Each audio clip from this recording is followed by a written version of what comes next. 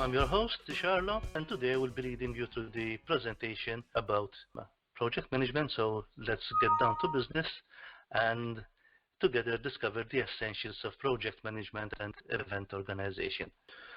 So together, as I was saying, we're going to discover the essentials of project management and event organization so that eventually we'll organize events more effectively and more productively. So proper planning and management of organizations and projects are the key to successful project management in itself. So if you don't plan, you're planning to fail. So it's important that we plan in an effective way to reach our eventual aims. So by the end of the webinar, you will be able to outline the necessary steps to create and implement effective projects and project plans and events that you organize from time to time. I presume that most of you, but I know that not everyone, I presume that you already have some sort of experience with project planning and event organization, and it's good that you're here, but also those who don't have any experience or are maybe in their initial stages, you will acquire quite a lot of information so that you can implement your projects more effectively.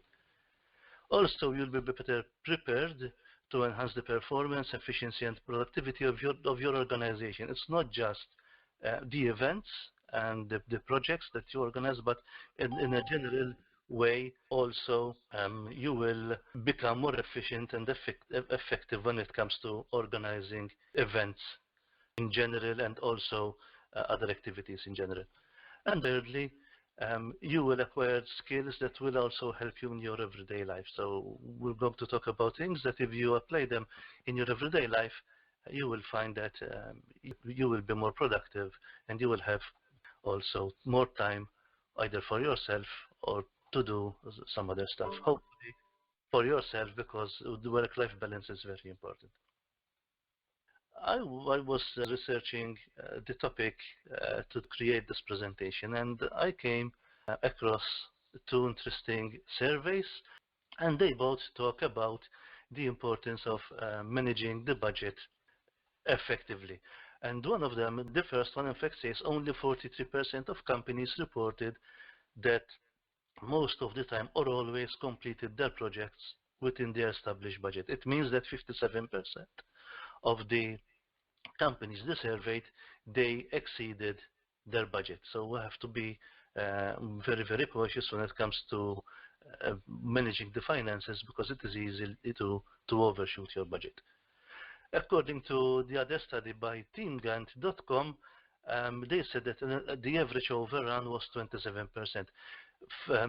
Six of the projects they studied exceeded the budget by 200%. So if they had X amount of money, they spent twice as much. So it's very important to take care of the financial aspect of your projects. So, but let's start by defining what project management is, because maybe people will have different ideas or maybe different explanations. Project management is the process of planning, organizing, and controlling the resources to achieve the specific goals you have for your project. So it's important that you plan and then you monitor and you control what you're going to do. Project management involves then the scope of the project. I'm going to explain what the scope of the project is. It also involves establishing a timeline and also determining and managing the necessary resources you would need for the project. So also some people call this project charter or project statement. If you search on the internet project charter or project statement, it's actually talking about what we're going to talk about in this presentation. So why is project management important? What is the importance of project management? Project management helps to ensure that projects are completed on time, very important, within budget. As I was explaining, it's very easy to overshoot the budget, and also to the required quality standards, because if your project is not up to standard, probably next time, the next project you will have, you won't have the target audience you would expect, and probably you won't even get the financing you would require for your project. Project management helps to increase efficiency, so that's why it is important. So you become more efficient, to improve communication among the team you're working with and the stakeholders, and also to reduce waste when it comes to finance, when it comes to resources, and also reduce waste of time. Sometimes we forget that time is important, and we forget that time eventually is money. Project management is also important for the successful outcomes in all the fields. So there is no specific field where project management is important, but project management, the way you manage your project, is important in any field. In volunteering, in software development, in school projects, marketing, construction. Most of you probably came across this webinar through the Salto website, and that means that probably most of you are involved in youth programs and the Erasmus Plus program, and project management is also important when it comes to these projects, to be able to have successful activities and projects for your organization, and eventually in the future you will have better prospects to secure funding from EU funds. So that's another reason why project management is important. Every project has a life cycle. It is called the life cycle, which comprises 5 distinctive yet interdependent phases. So there are 5 phases which each project goes through, and these 5 phases, although they are independent, they depend on each other somehow. So we're going to go through these 5 phases, and we're going to explore them one by one. So the first phase is the strategic planning phase, the initial phase of the project. The second phase is the project planning phase, where you plan the logistics. Phase 3 is the implementation of the project, when you execute the project. Phase 4 is monitoring and control. This, although it is called phase and it is listed as phase 4, this overlaps the other phases as well. It's important that you monitor and you control what goes on during the project at all time, and not just in a particular moment in time of your project. And finally, the last phase is the closure phase, when you conclude your project. So let's start with this is another model. It is the same 5 phases, and as you can see in those white boxes, there's some information about each phase, and we're going to discuss these phases one by one.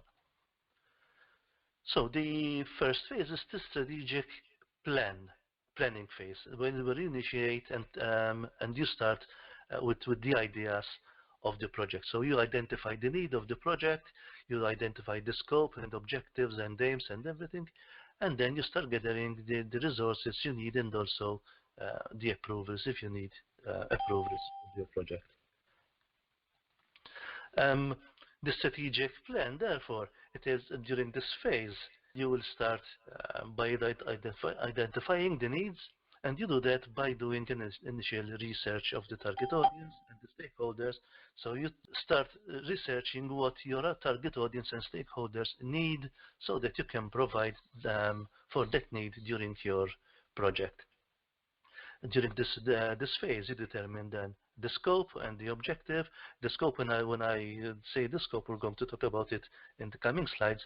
I mean by the aims, objectives, the size, the magnitude, how big it is, and all the stuff. And then, as I was saying, you need to start gathering the necessary resources, and sometimes you would need approvals from stakeholders, so you need to take care of that as well.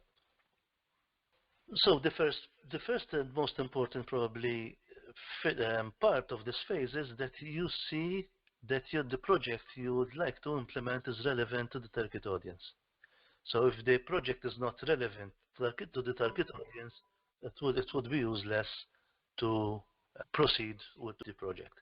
The relevance of the project, it means that you measure the gap between the audience current state, where it is now, and what the target audience would like to see by the end of the project, the ideal end state.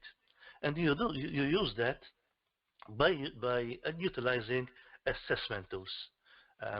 Needs assessment tools, there are various, they're on the list. There are mentioned 7 of these. There are the usual pen and paper surveys. You can conduct a survey nowadays with internet. It's easier now. You can do it online. You can conduct also interviews over the phone. You can maybe you have a list of people you would like to contact by phone, and you conduct an interview over the phone. You can meet in person your target audience, either individual formal interviews or informal interviews. You speak to people and you see what they would like to see happen in their environment, in their community. You can have focus groups where you gather small groups of people and you conduct these interviews, but instead of one-to-one, you do it in small groups. Another important way to measure the relevance is by asking your target audience to conduct a self-assessment. So they reflect on what they would need to see improved in their current state to reach the desired ideal end state. Also, very important is the monitoring and observing of your target audience in its environment.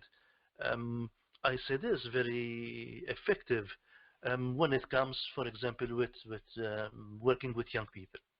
It's ideal to go to where they meet and you observe what they do, how they spend their time, and you monitor their activity so that you can gauge what you have in mind, how relevant it is to what they do in that natural, I call it natural because usually the barriers are down, they are more natural, so you would have a clearer picture in that sense.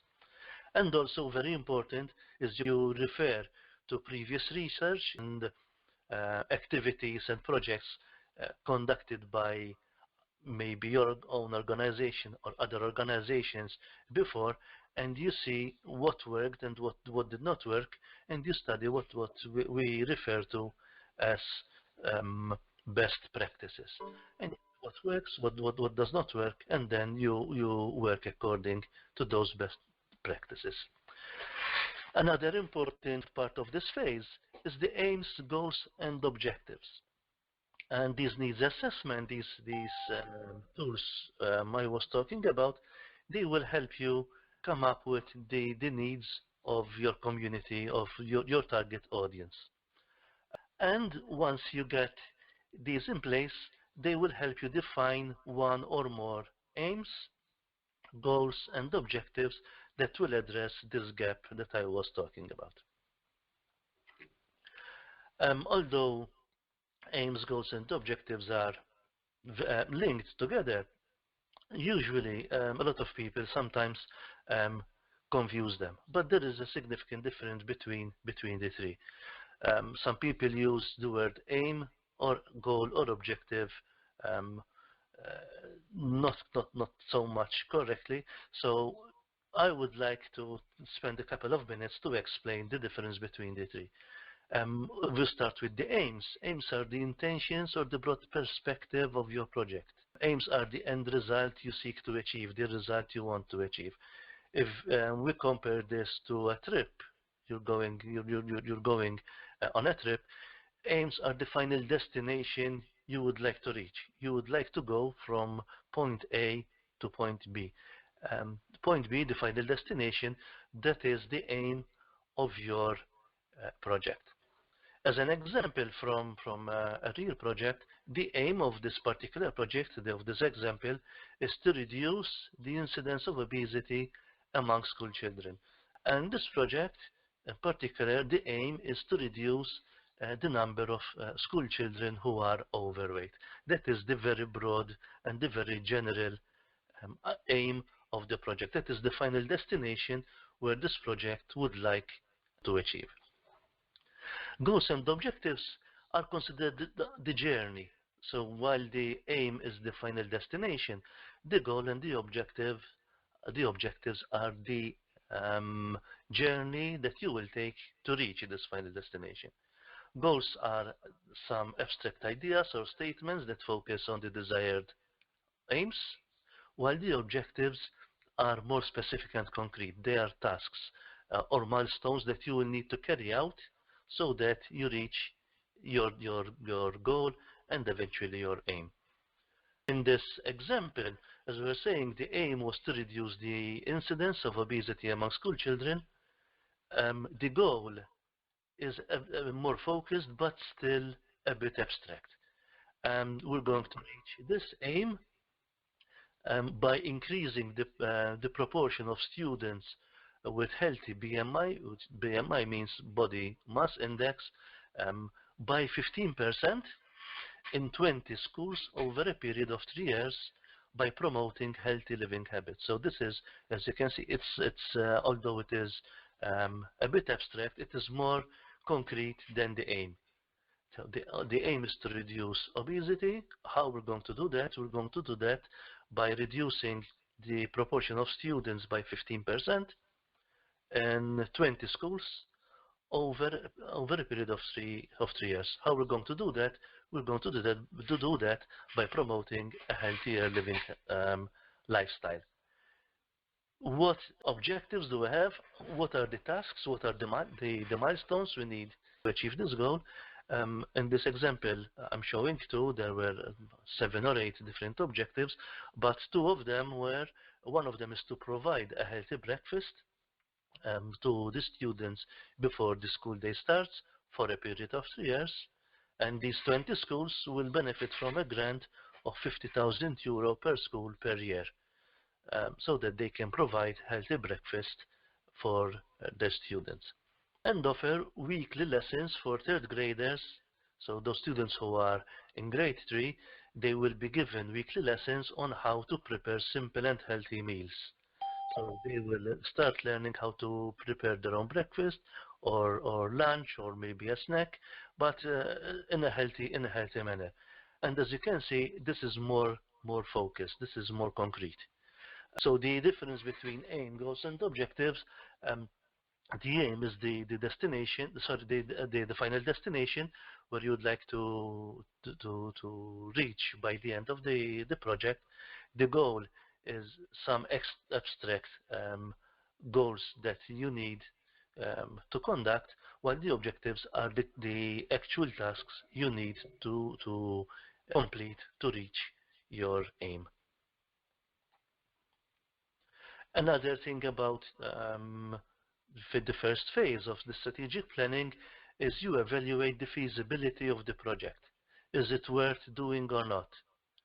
And at this stage, you try to look into the benefits of the project and the drawbacks. So if you had to make a list of the pluses and minuses of the projects, are there more pluses or are there more minuses? If there are more minuses, it means that the project is not worth pursuing. But if there are more pluses, it means that the project has a lot of benefits. So one should proceed. It would be a good idea to proceed with the project. Also, it's very important to estimate how much time and money you would need to reach your aim. In the previous example, we're saying €15,000 per school for 20 schools over a period of 3 years. So each school will get €45,000 over a period of 3 years. Is it possible? Is it too much? Do we have enough funds to do that? So you have to estimate the budget, and also time, because time is very important. 3 years, is it too long? Is it too short? Is it okay? Some projects usually they drag and they are never ending. Is it feasible to have a project like that? Some other projects, they are too short, and maybe they are not effective enough because they are finished over a very, very, very short period of time. So you have to make sure that your project is feasible, and the question is it worth it or not? Another important aspect of project management when it comes to this phase is what we call the project deliverables. These are not the final objectives you want to reach. Those objectives, though, that is something else.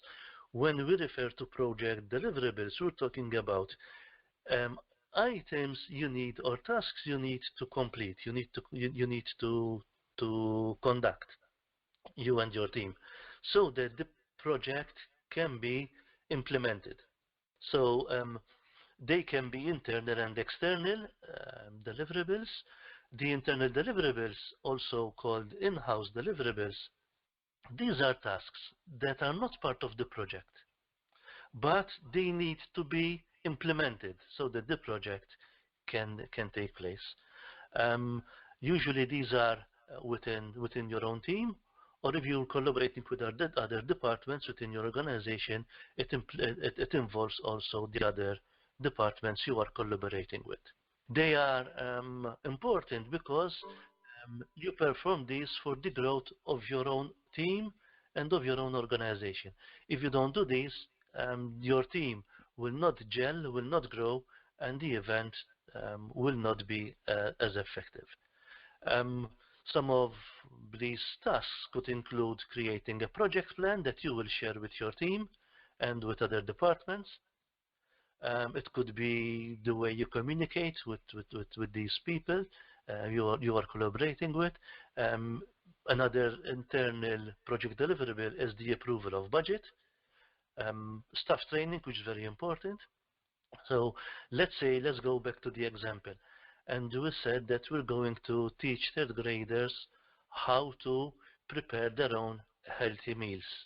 We need to have trained staff, trained people who know how to do that, so that they then will teach the children how to do it. So if we don't have the trained people to do that, the project cannot be implemented, because if no one is trained, tell me who's going to train and to teach the children. So teaching your own staff to do this, that is an internal project deliverable. Also taking account of the time, so time tracking reports. You have to keep track of the time. As I said, time is very important. That is an internal deliverable. I'm going to talk about this when we mention monitoring and control. Also, budget reports, progress reports, maybe they are monthly reports, they could be quarterly reports, and including internal meetings with your team.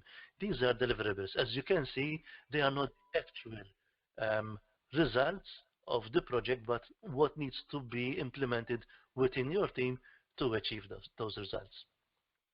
And then there are the external project deliverables, which are tasks that you need, but this time you involve people external to your organization. Let's say you have stakeholders. Let's say you have a sponsor.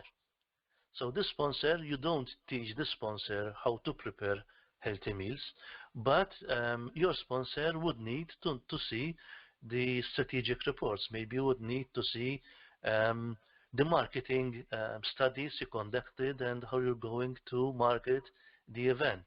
Another external deliverable would be the contracts you would need to sign with vendors and subcontracts and then sponsors. It would be meetings with, if you go back to the example, to these 20 schools, it would be maybe meetings and approvals from the school authorities, or maybe the education ministry. So you would need to do this, and these are also external deliverables.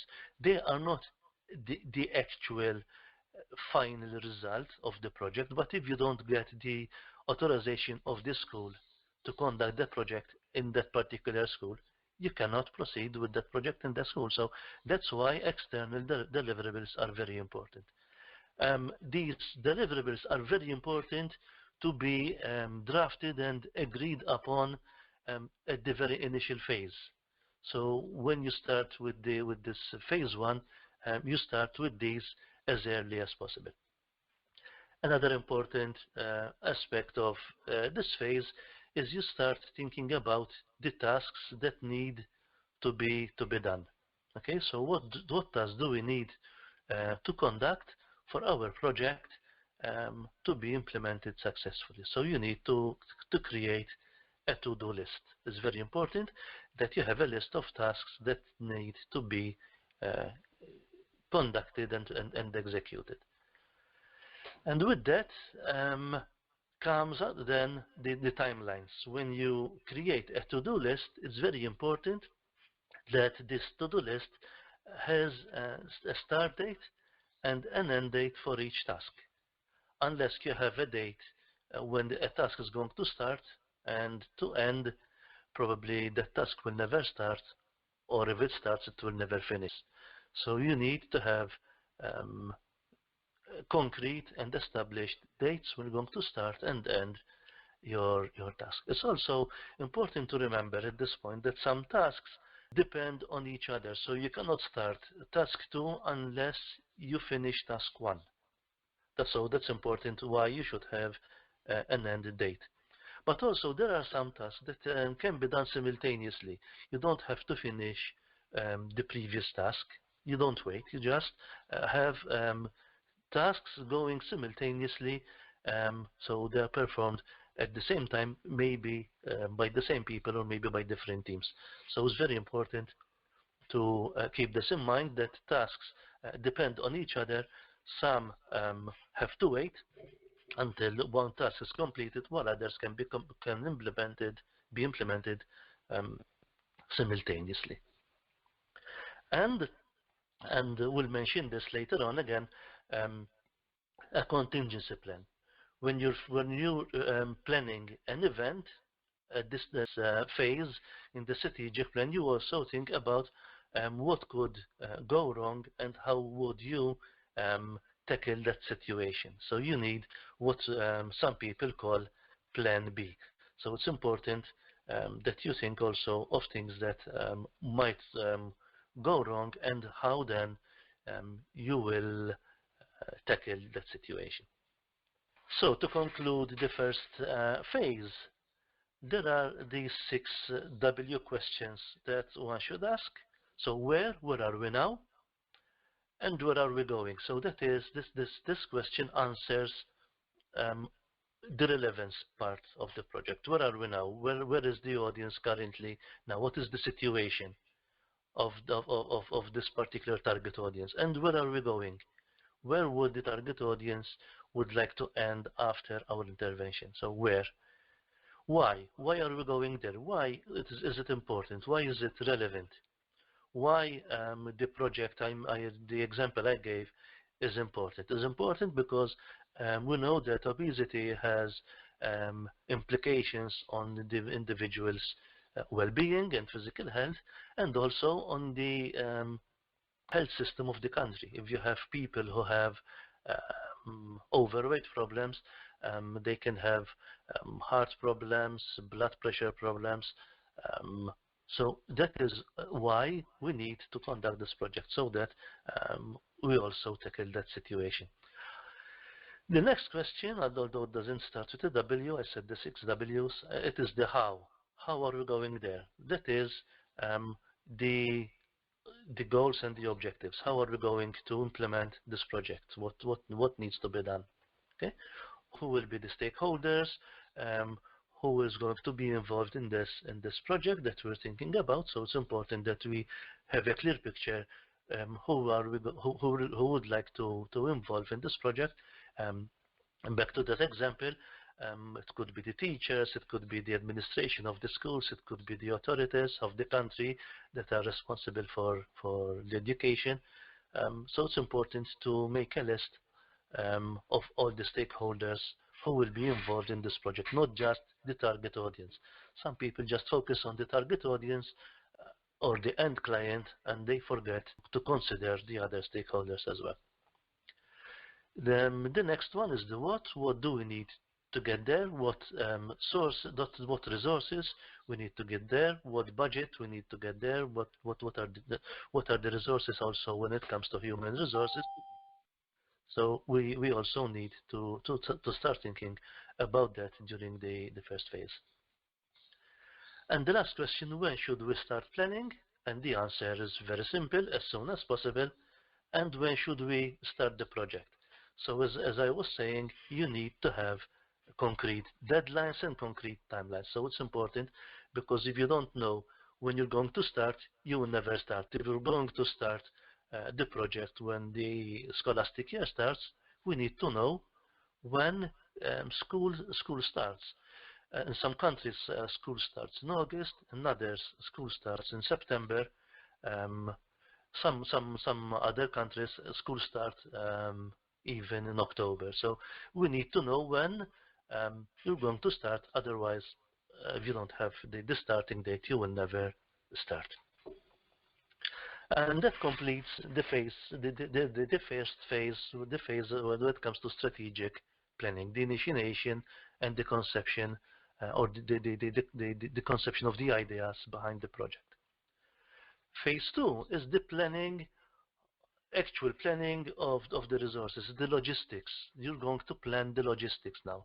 So you're going to into more concrete details of the project. So you start compiling a list of all the resources that you would need for the successful completion of your project, like the resources I was saying, the assets, the physical resources. That means the equipment, for example, the venue. So these are physical resources, and we'll explain. I will talk about these in the next slides as well. Also, the human resources who you would need for this project. So, how many people would you need? How are you going to conduct the research, sort of, to find who are the right people? Who is going to do what? So you would need also to look into the resources, so human resources. If you don't have the right number of people and the right people on your team, the project might suffer as well. You need to also think about the budget. So how much is going to cost? How is going to be financed by the organization itself? Maybe by getting sponsorships, getting funds. I mentioned already the EU funding. So you also have to think about this. If you're going to apply for funds, you need to start working on the application forms.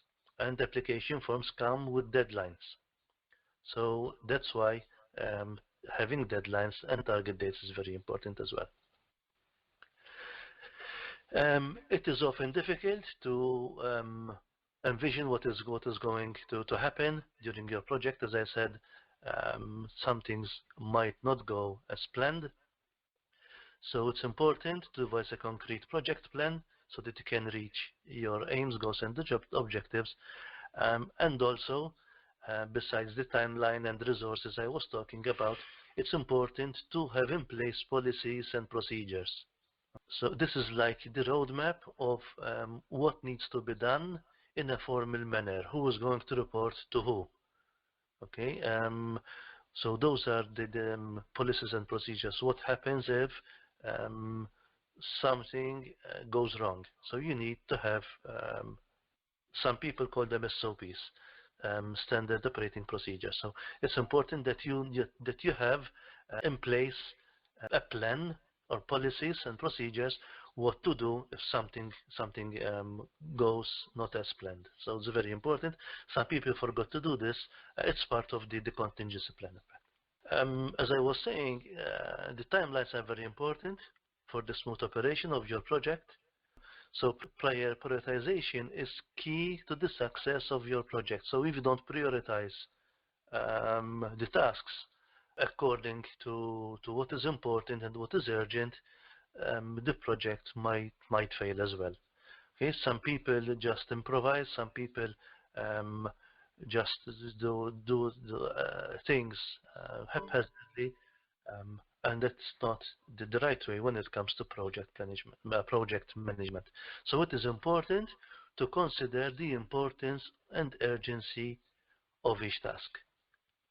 Failing to do so may result in delays or maybe not even finishing your project. And usually I use this matrix, this diagram. It is called the Eisenhower matrix. In this matrix, you put each task in any one of these segments.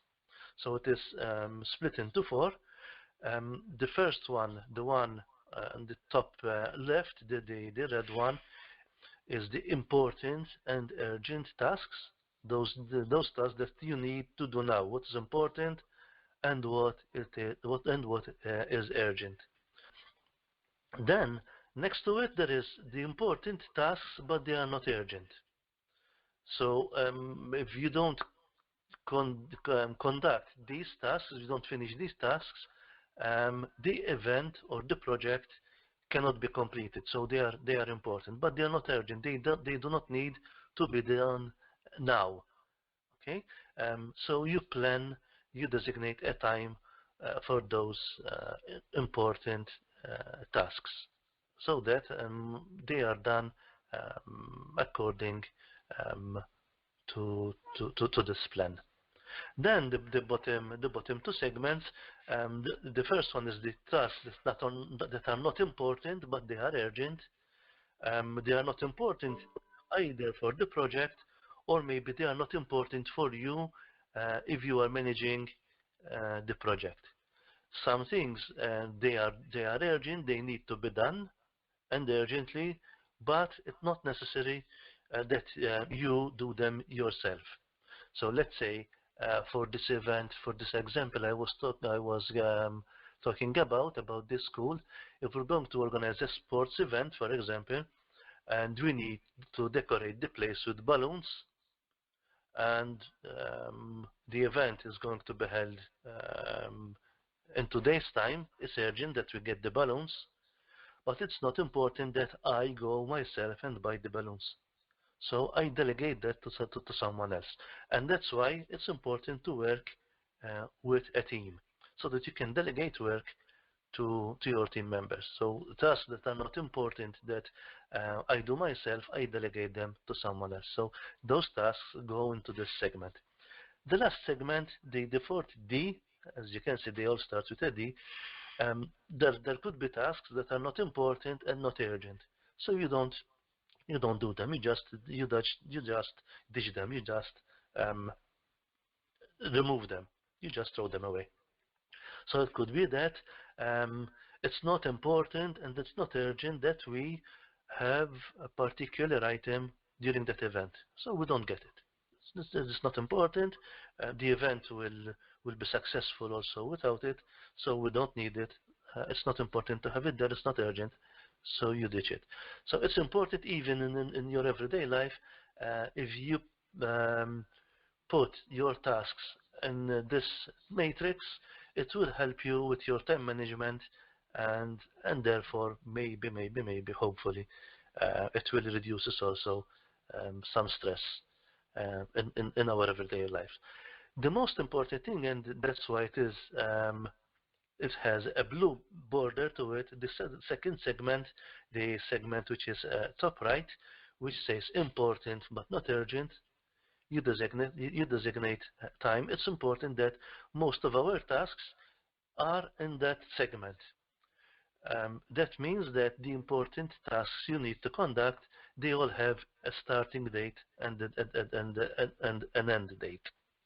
When things shift from that segment to the one next to it with the important and urgent, that is where stress starts having a toll on us, and things start become stressful. So as much as possible as project managers, try not to have things in that segment, because stress will have the best of you and of the event. So it's important to, as much as possible, have your tasks in the segment 2, the not urgent and important, and also move some of the tasks to the one that says delegate. They're not important and urgent. It's just important to start trusting your team and delegate tasks and let them do their tasks their own way, as long as they perform according to the standards required by the project. So here we have the same 6 questions we asked in the previous phase, but we're going to tackle these questions from another angle now. So where is the event going to be held? I said that this project is about the logistics, so the practicalities of the project. So in this phase, we ask, where is the event going to be held? If we're going to have part of this school project I was talking about, are we going to have a sports day? Where? On the school grounds or somewhere else? The physical size and capacity of the venue, is it big enough? Will it fit our target audience comfortably? Or the other way around, and sometimes it happens. Some people, when they get a venue, the venue is too big for the target audience. And I saw events for 20 people being held in a place with a capacity of 200 or 300 people. So you won't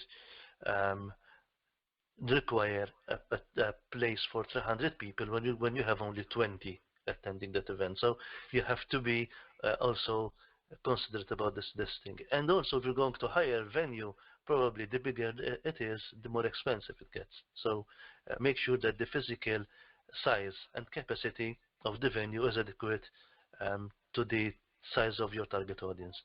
The layout, how is it going to be set up? If it's going to be a conference, for example, is it going to be in a classroom style with tables and chairs for the target audience so that they can take notes when they're sitting behind the desk?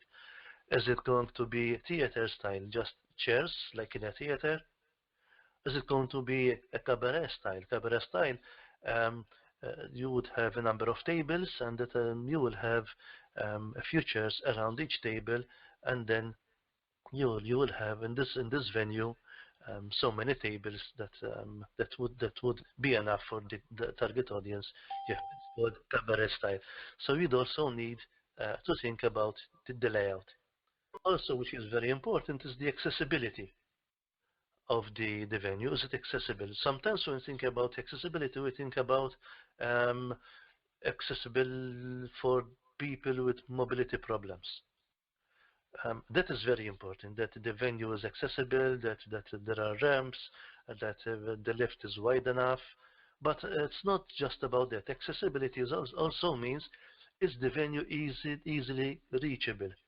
Is it accessible enough? If the venue is in the middle of nowhere, how easy it is going to be for the target audience to get to this place without getting lost? And that is also important to keep in mind. If people are going to get there by car, you need to make sure that there is enough parking spaces for the cars, for example. And you need to also consider if this place is served adequately enough by the public transport service. If we're going to have an event in the middle of nowhere and people don't have a private car to get there, tell me how they are going to get there. Are they going to get a taxi? Are they going to get a lift with someone? Or would they need public transport? If there is no public transport, so that will most probably affect the turnout of the target audience you would be expecting. This also applies to events which are online, not just physical. Accessibility. Let's say that this webinar, the software which we're using for this webinar was not accessible to you. How would have you joined this webinar? So it's important to think about accessibility when it comes to online events. Okay. Next question is, why do we need such resources? Why would we need a football ground? if we're not having a sports event. So you need to ask why you need such resources. Don't get resources you wouldn't need, and don't forget to get resources that you would need. Okay, so if you need to address the public and you would need a microphone and good speakers, don't forget to get those, because without them you won't be able to address your audience. So make sure that you know why you need the resources you're planning to have. How, and we're going to talk about this later on, how will the event be promoted? Promotion is very important. And you have to think about how you're going to promote your event. I'm not going to talk about this now because I'm going to talk about this in more detail later. Who are the stakeholders? Who is going to be involved in this project? Not just the target audience, as I mentioned, but also helpers, volunteers, paid people, if you're going to pay someone. Stakeholders could also include the authorities, as I mentioned, could be sponsors. Maybe you're going to get some sponsorships. So those are all the stakeholders. You need to make a list of all the people and organizations who can help you make this project you have in mind successful. What type of event? And there is a whole list of events. Last time I was compiling a list. It could be anything under the sun. It could be a fashion show. It could be film screening, open air in an open square maybe. It could be an art competition. It could be a dance competition. Anything under the sun. It could be an event that you could use as part of your project. So don't limit yourself to these usual events like conferences, webinars, and that's it. So maybe you can come up with some ideas. It could be a photo competition, for example. How would a photo competition be helpful in a project you have in mind to reach your aim? So it could be anything. When? So it's important, as I said, the timeline is very important, so it's important to know when the event is going to be held, and it's very important to make sure that your event will not clash with anything else. Let's say you're planning an event and there is going to be a general election in your country. So probably your event will not be successful because people won't be in that mode and mood to come for your event. Okay. Also, there is going to be another event, maybe which competes with yours. Let's say you're going to organize a street party, and in the next town next to yours there is another street party, and probably it will affect both events. So make sure that your event doesn't clash with other events. If you're going to organize events for young people, for example, since most of you come from youth organizations, make sure that your events do not clash with exams, for example, because some people would focus more on their academic success and exams rather than on events. Okay, although these events could be a good way to reduce some of the stress related to studies, but some people won't think it that way. So make sure that you time your event adequately. To help you with all this, then use planning tools. In the other phase, I mentioned research tools. Now, in this phase, in phase 2, we use planning tools. Probably the most common ones are brainstorming, mind maps are very, very common, and SWOT analysis, the strengths, weaknesses, opportunities, and threats, and probably also the Gantt charts. The Gantt charts are very important. If you're not familiar with Gantt charts, I would highly recommend that you spend some time looking into these charts and how they work, because they help with deadlines, target dates, and who's going to do what. So Gantt charts are very important. So probably those are the most common planning tools which one usually uses. This guy on the right, his name is Edward de Bono. He passed away quite recently. He was renowned for his creative thinking and the way, in fact, lateral thinking as well, the way you can plan things, but not thinking about them in a conventional way, but in a lateral way. You think outside the box. Probably he's mostly renowned for the first one, for the 6 thinking hats. This takes us to the third phase, the implementation phase. This is when you actually execute the event. So you implement the project, you see that what you planned now is being taking place. This is split into 3 parts. This phase 3 is split into 3 parts. The actions and tasks that need to be done before the event, those tasks that need to be conducted and done on the day of the event, and then those tasks that need to be done after the event. So it's important that we don't forget, especially the first and the last one. Some people tend to forget the first one and the last, and they focus only on the day of the event. So before the event, it's important that you manage the assets that you listed. So you make sure that you get the resources you need. You actually rented out the venue. You have the people you need. You have the budget you need. You have the funds in your bank account, or you have somehow a promise in writing that you will get the funds. So it's important that you have everything in hand before the event. You don't get the balls for a basketball match before the match starts. You need to get those balls well in advance so that everything is in place. And possibly you have all the physical resources on the venue a few days before. Try to, if you're going to have a physical event, try to get on the venue a storage space which you can keep logged with a key, and you put everything there so that on the day of the event you don't have to carry everything and you start setting up everything on the event, but you do it the day before the event. So it's very important to have everything under control in this sense.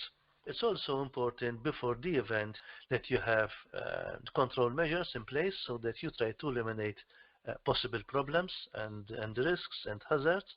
And when it comes to risk and hazards and about control measures, I'm going to talk about them in the next phase, phase 4. And also, very important, I mentioned it already, the promotion of the event. You don't promote the event on the day, but you promote it before the event. So you start promoting as early as possible. As I was saying, you manage the resources, the venue, the equipment. If there's going to be food, you make sure that you order the food, you have menus, you take care of allergies and intolerance when it comes to food. Not everyone can eat everything. Some people are allergic to nuts or to seafood, for example. So you have to make sure that you take care of these things as well. You manage the human resources, that is your team, and helpers and volunteers. You need to have communication open all the time so that everything goes as planned. Financial resources, as I mentioned, sponsorships, donations, sales. If you're going to sell anything to raise funds, maybe you want to sell tickets for the event. So make sure that you start selling tickets before the event. Information systems, here this refers to computers and ICT. It's important that you have the right software and the right hardware. If you research the internet, you will find a lot of computer programs and software that you could use to manage projects. I mentioned already policies and procedures. I'm not going into that again. It's very important communications network in the sense that you need to communicate all the time as much as possible with your team members, with your clients. You keep them informed of any changes that are going to happen in your event, maybe, or what you expect the clients to bring with them if they need to get anything with them. For example, an event that you would need people to be wearing a white shirt. You start telling people before, not on the day of the event. When you come for the event, please come wearing a white t-shirt. You tell them before the event, days before the event. So it's important to communicate as much as possible with everyone. Physical assets, I mentioned these already, and since time is running out, I'm going to rush through this.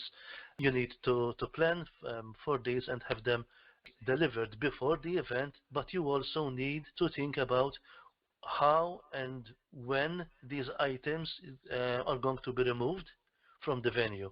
You don't set up stuff at a venue and you leave it there after the event. You have also to think about how we're going to dismantle everything and who's going to take them back to their place or to their owner. Okay, so it's very important. Sometimes I happen to come across this. People forget to take care of this. So everyone leaves and they leave everything behind them. And this also could result in lost or stolen items. Make sure that you take care of this.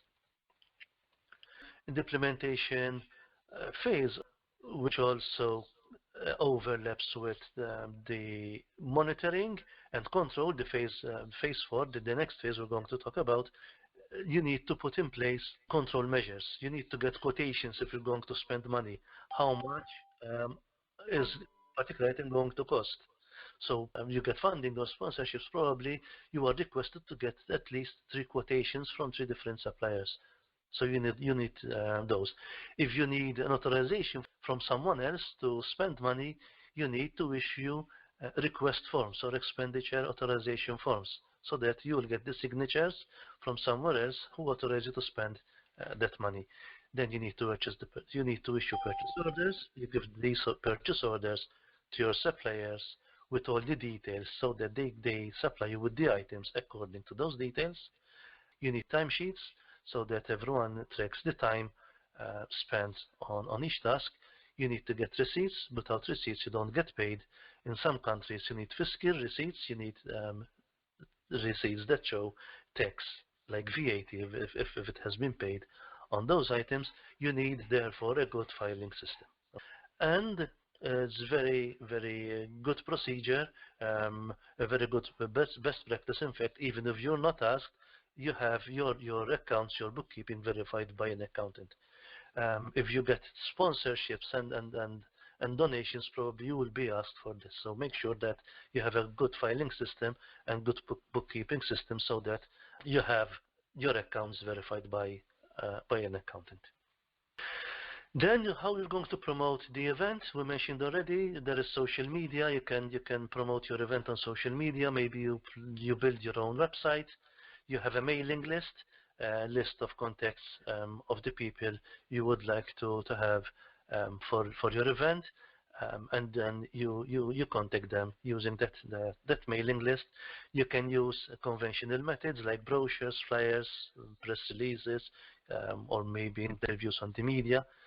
Something which is very common are what we call giveaways. You give T-shirts or caps or pen drives and pens with logos, or maybe goodie bags, anything that promotes your event and your organization. It's very important that when you give away these things, you also direct your audience to where they can find you. If you have a website, make sure that you include the website and email address on these giveaways, so that they can keep in touch with your organization. One of the most effective and cheapest ways to promote your event is by the word of mouth. So talk about it to your family, to your friends, to satisfied customers you had before, so that they will spread the word. It's important. Tell them, spread the word. We have this event. Tell your contacts. This is the cheapest and probably the most effective way to promote an event. When it comes to mailing list and contacting clients, it's very important to not breach any data protection regulations in the EU. If you are established in the EU, or if you're outside of the EU but you want to target EU citizens, you have to abide to these general data protection regulations. In short, they are called GDPR. So make sure that you take care of this. Even on your website, make sure that you have the copyright statements and privacy statements clearly laid out on your website. But when you contact people directly by email, for example, make sure that you don't breach these regulations. In some other countries, there are similar regulations, so you have to make sure that you don't breach any of these privacy regulations. On the day or maybe a few hours before the event, you go through the final checklist. You should have a checklist, and you take everything. You have the running order. Make sure that you have the contact details of your team stored in your mobile or maybe on a list, so that if something happens and you need to reach them, maybe you can call each other so that you trash any problems that you come across. Make sure that there are no clashes between team members. Sometimes it happens that stress gets so high that the team members start having clashes. So make sure that as a team, the team leader, team manager, you try to cool things down. Also make sure that there are signages that lead people to the venue, and also inside the venue, people maybe need directions to reach particular areas of the venue. So make sure that you have signage clearly showing the directions. Maybe signs that show the directions to the bathrooms, for example, or to a smoking area. I mentioned already you have the equipment in the central place. Make sure that you take care of health and safety.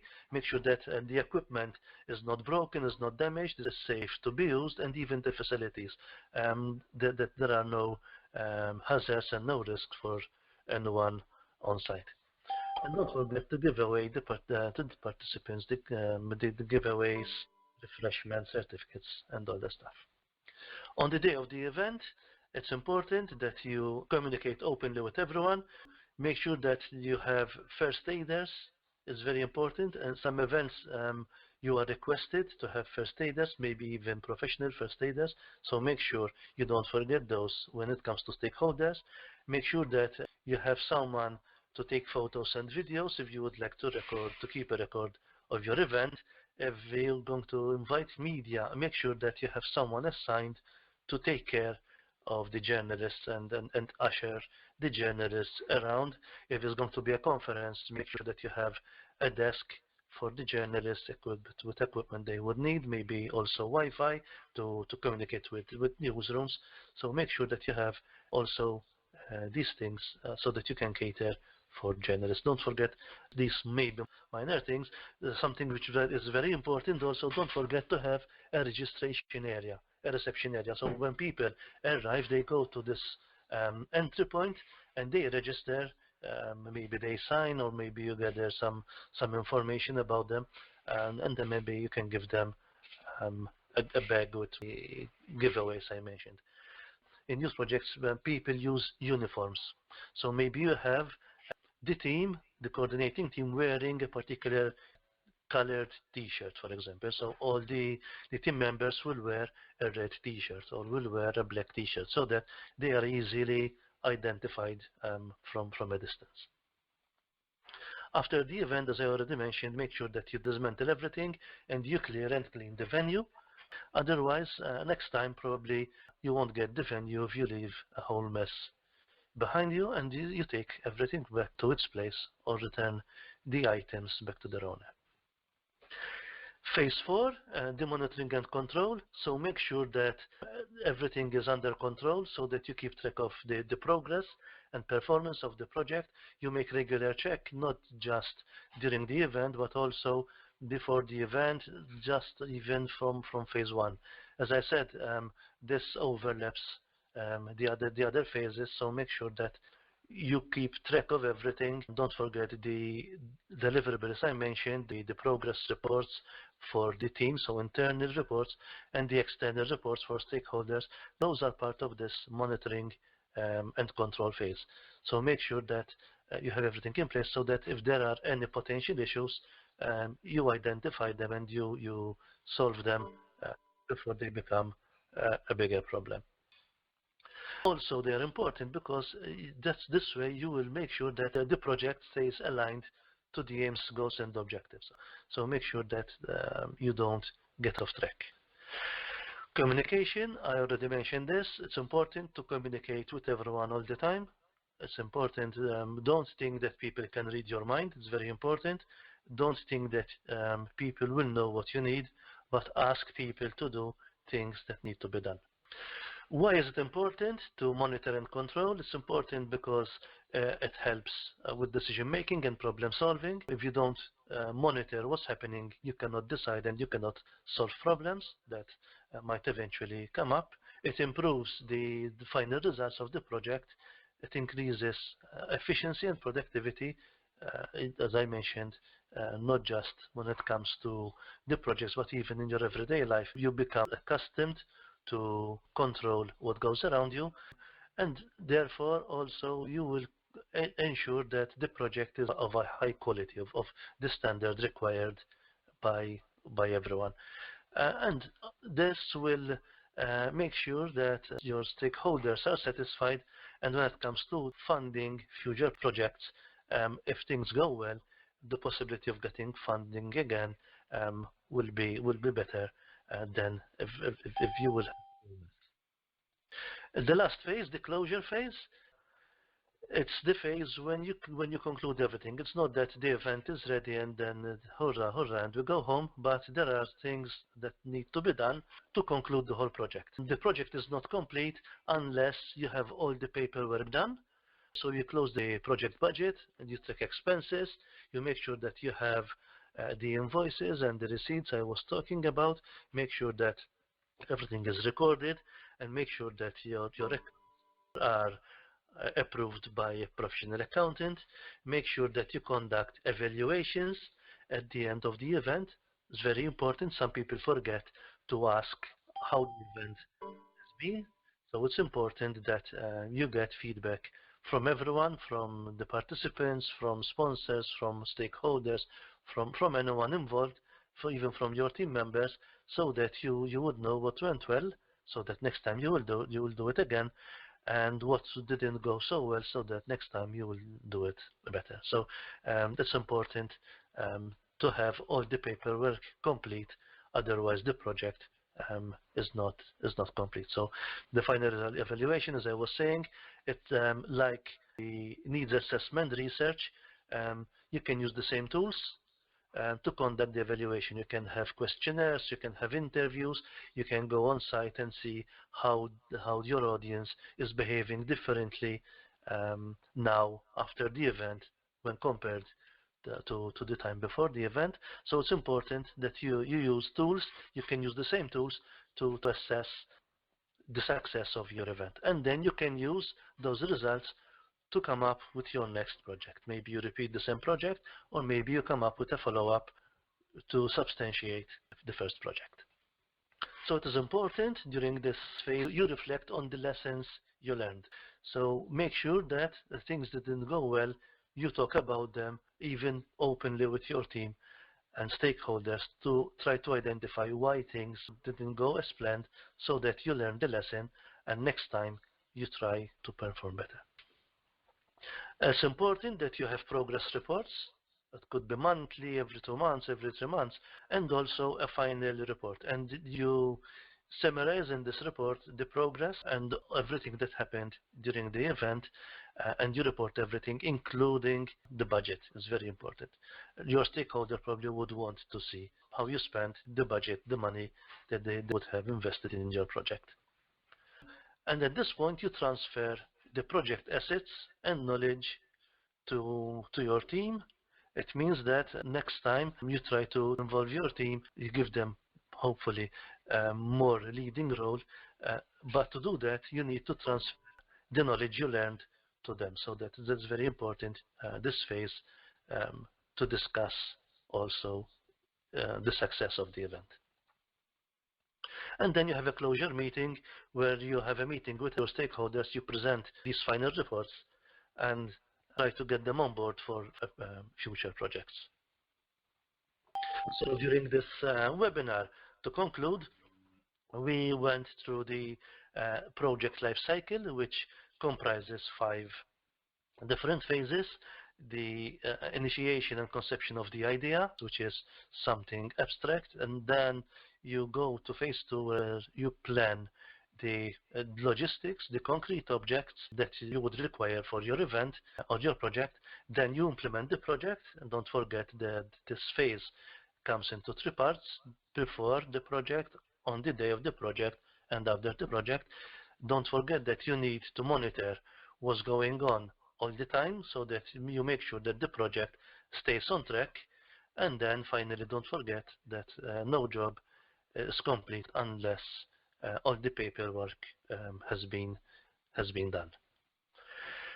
The right planning tools and techniques and open communication, ongoing monitoring, final evaluations, these are all important aspects of project management. So if you skip any of these, probably your event won't be, and your project won't be very successful. So to manage projects, you need, because this is something dynamic, so it's important that you stay up to date with the new tools, techniques, and best practices. Earlier I mentioned computer programs one could use to manage projects. Until a few years ago, we didn't have these computer programs. We used to do everything manually using pen and paper. Now we have these computer programs, so that is a new tool, and it's good that you use these new tools.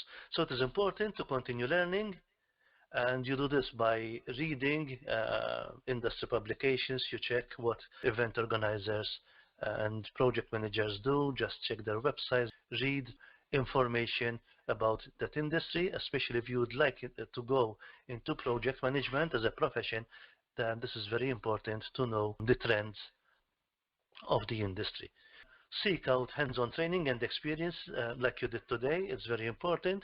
So if there are any opportunities of training and experience, hands-on training and hands-on experience, even if you help in events on a volunteer basis, is very important, because that is how you gain experience. Another way to become a very effective project manager is through networking. So meet professionals in the same field, possibly face-to-face. If it's not face-to-face, LinkedIn is a very, very important website for networking, which I highly recommend. In fact, you can find me there, and you can even connect with me over there. And it's important to network with professionals, because they can be your mentors, your guidance. So it's very, very important to mix and mingle with the right people. And also it's very important to attend professional development courses, not just experiences like volunteering, but also professional courses, and possibly obtain the professional certification. If where you come from, there is a possibility to get professional certification in project management, that will open many doors for you. The request for project managers is on the rise. If you would like to get into this as a profession, make sure that you try to get certified as well.